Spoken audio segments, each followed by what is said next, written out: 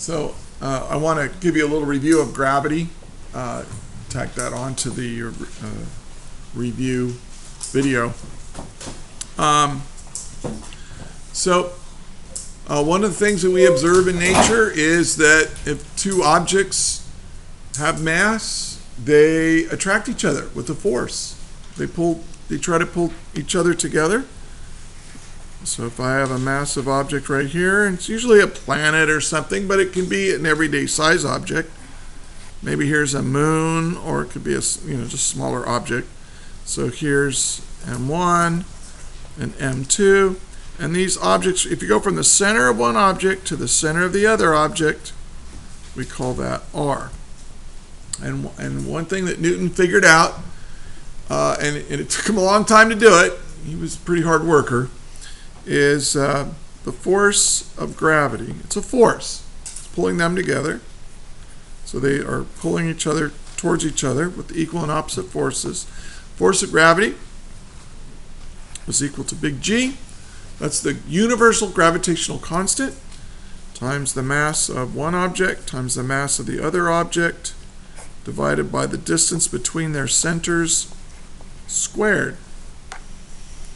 It's a square of the distance. So if I double the distance between them, you only get 1/4 of the force. If you triple the distance between them, you have 1/9 the force.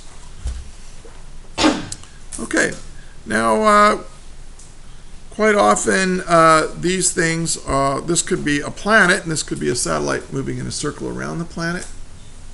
So in that fact, that's usually what we have. So here's like a planet. This could be the Earth.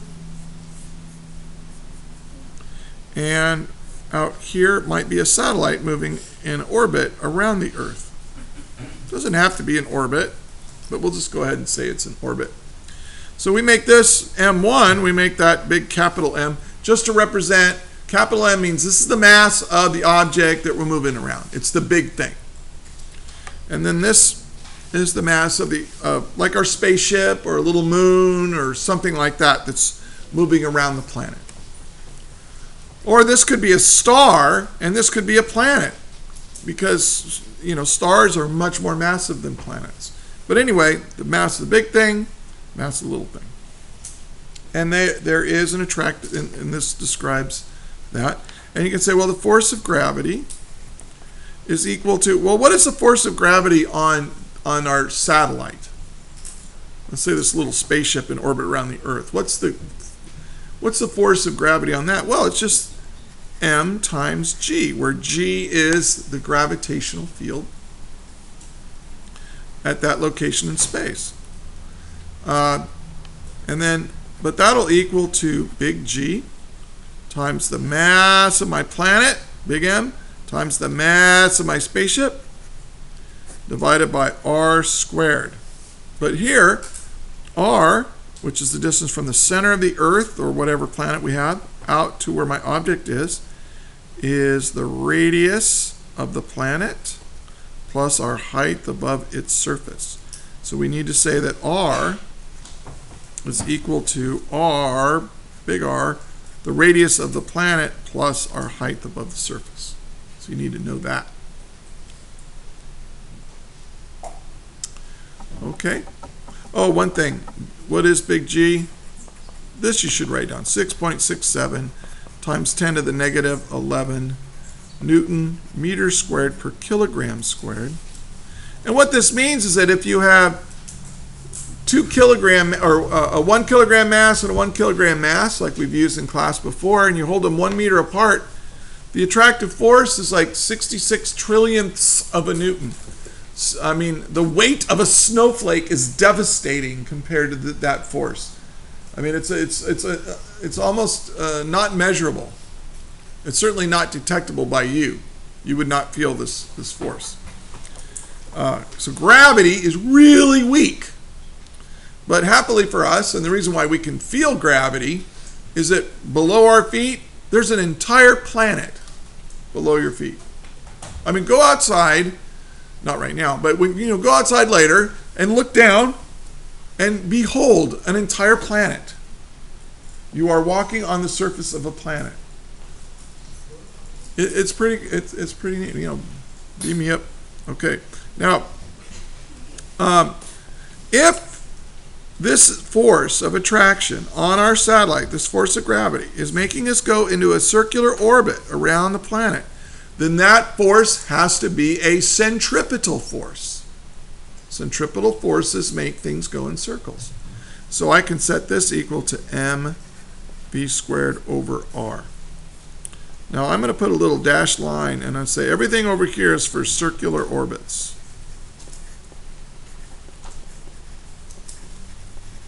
For circular orbits only. So this apply. Now, another thing we can say is that, what we can do is take this and solve it for our velocity. Well, the radius of our orbit cancels, the mass of my satellite cancels, only the mass of the Earth remains, g, and then one of the r's. And so we can say that my orbital velocity is equal to the square root of g times the mass of what I'm orbiting divided by my orbital radius. And this is my orbital velocity equation. Now it also turns out that my orbital velocity v is equal to, well, what distance do we go in a circular orbit? Well, what's the distance around a circle? It's the circumference, which is 2 pi times the radius of my orbit, divided by the time it takes to make one complete orbit, which we call the period. Now, the Earth takes a year to go around the sun. So the orbital period is 1 year, which you have to convert to seconds.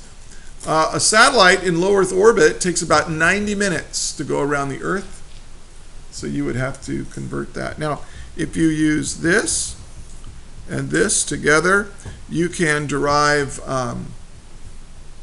Kepler's third law, but which is just a relationship between orbital velocity and the period of orbit. But I'm not going to worry too much about that.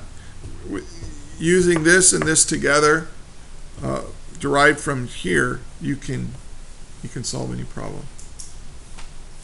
Now, by looking at these, you can say, well, the gravitational field is equal to the gravitational constant times the mass of what I'm orbiting divided by my orbital radius squared. And this tells me how strong gravity is per kilogram, newtons per kilogram, or what the acceleration of gravity is at that location in space in meters per second squared.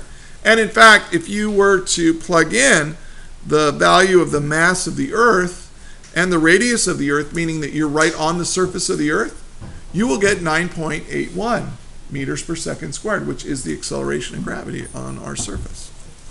So that's kind of cool. So if you understand how to use these equations and what they mean, you will be able to solve any gravity problem I give you. Okay?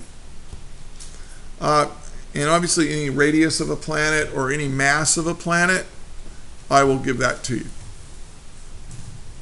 And by the way, if you're confused on the test about, like, am I giving you the orbital radius or am I giving you the height above the surface or what am I giving you in terms of this, you can ask me. I'll make it clear for you on the final. Any questions? That is all.